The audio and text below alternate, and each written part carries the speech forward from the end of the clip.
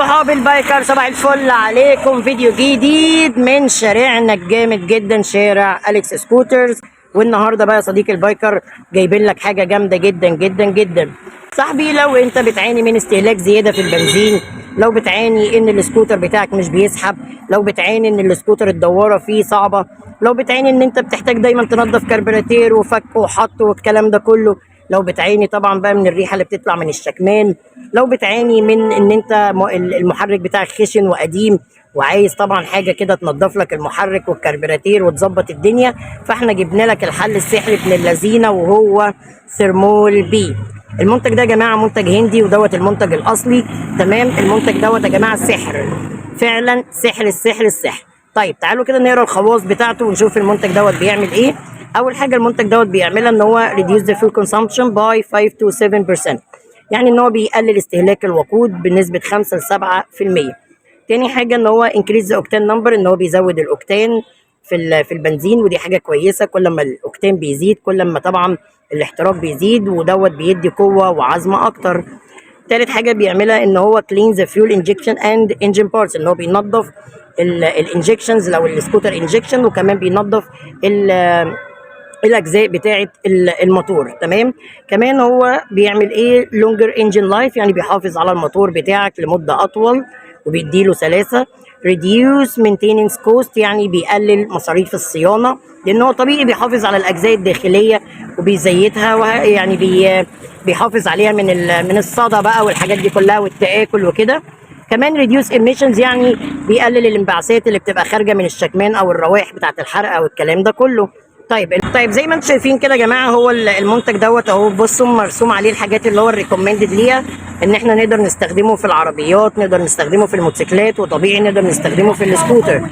بالمناسبه المنتج دوت انا جربته قبل كده، المنتج دوت فعلا اي ريكومندد، المنتج دوت فعلا نضيف جدا. اللي هو ثرمول بي الهندي اللي هو الاصلي، لان في الماده ديت نازل منها كذا شكل كده ومضروبين، بيبقوا عباره عن تينر وجاز وحاجات كده. انما دوت لا يا جماعه، دوت عباره عن مواد كده، من ضمنها طبعا الايثانول، ومن ضمنها المواد اللي بتحافظ على الموتور وبتقلل الاحتكاك وهكذا يعني.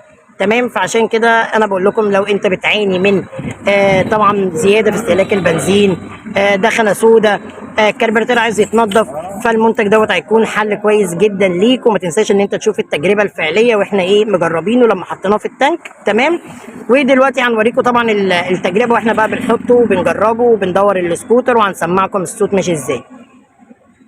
صحاب البايكرز، وجينا دلوقتي طبعا لميعاد التجربه بقى علشان نجرب المنتج السحري بتاعنا. تمام، اللي هو الثرمول بي. طيب احنا هنحط نسبه قد ايه؟ انا بحط العبوه ديت على تانك كامل. تمام، يعني العبوه ديت كامله على تانك كامل. زي ما انتم شايفين طبعا انا هنا حاطط في التانك نصه، فعلشان كده انا هحط يا دوبك نص العبوه ديت. تمام، ثانيه واحده افتحها واجي. يلا بينا بقى نحط الجرعه للصنفور عشان الصنفور يفوق. دي بقى القهوه بتاعت صنفور يا جماعه. بصوا يا جماعه، هي ماده كده لونها اخضر. تمام، انا طبعا حطيت نص العبوه، وبسيب النص التاني لما يعني اجي اطلع طلعه مثلا اعمل فول تانك الكلام ده كله.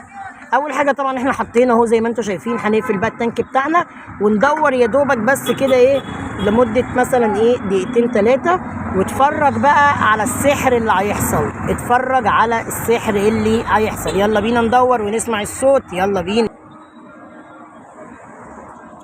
بينا ندور يا اصحاب البايكرز ونشوف الدنيا.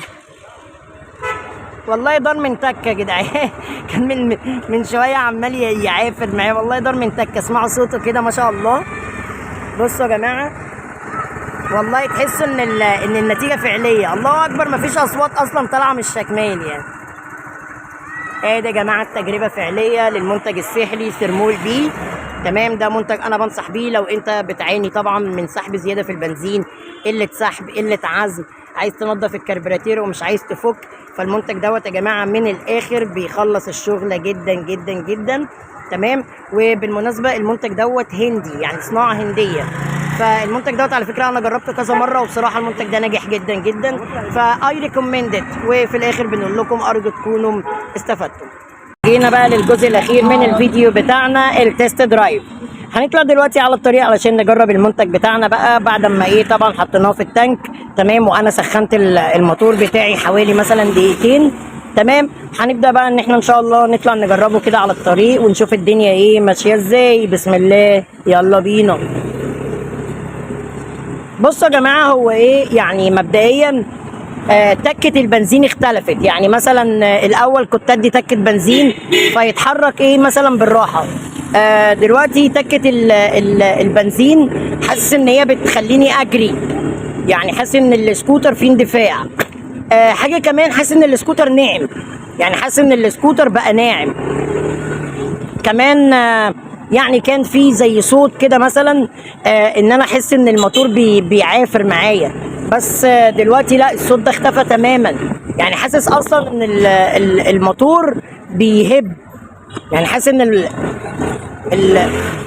الموتور بيهب، ان انا بديله تكه كده الاقيه راح كارب. بصوا يا جماعه اللي بيحصل ما شاء الله، يعني اللي هو حاسس ان السكوتر فعلا بيهب. مثلا كنت اجي مثلا ايه ادي تكه بنزين، فطبيعي انت بتحس بالسكوتر بتاعك. دلوقتي بحس ان انا لما باجي ادي تكه البنزين السكوتر بيطلع لقدام بسرعه اكتر وبقوه اكتر. فتقريبا تاثير المنتج دوت بجد سحري جدا. على فكره يا جماعه، انا ديت تقريبا المره الثالثه او الرابعه ان انا اجرب المنتج ده، وان انا جربته قبل كده ويعني وعارف نتيجته. عشان كده انا بقول لكم فعلا اي ريكومند ذيس برودكت. ان انا يعني بقوس ان انت لو عندك مشاكل الاحتراق او عايز تنظيف كاربراتير او الكلام ده كله، او عايز تحافظ على السكوتر بشكل عام، فحقيقي انا انصحك ان انت ايه يعني تجرب المنتج دوت.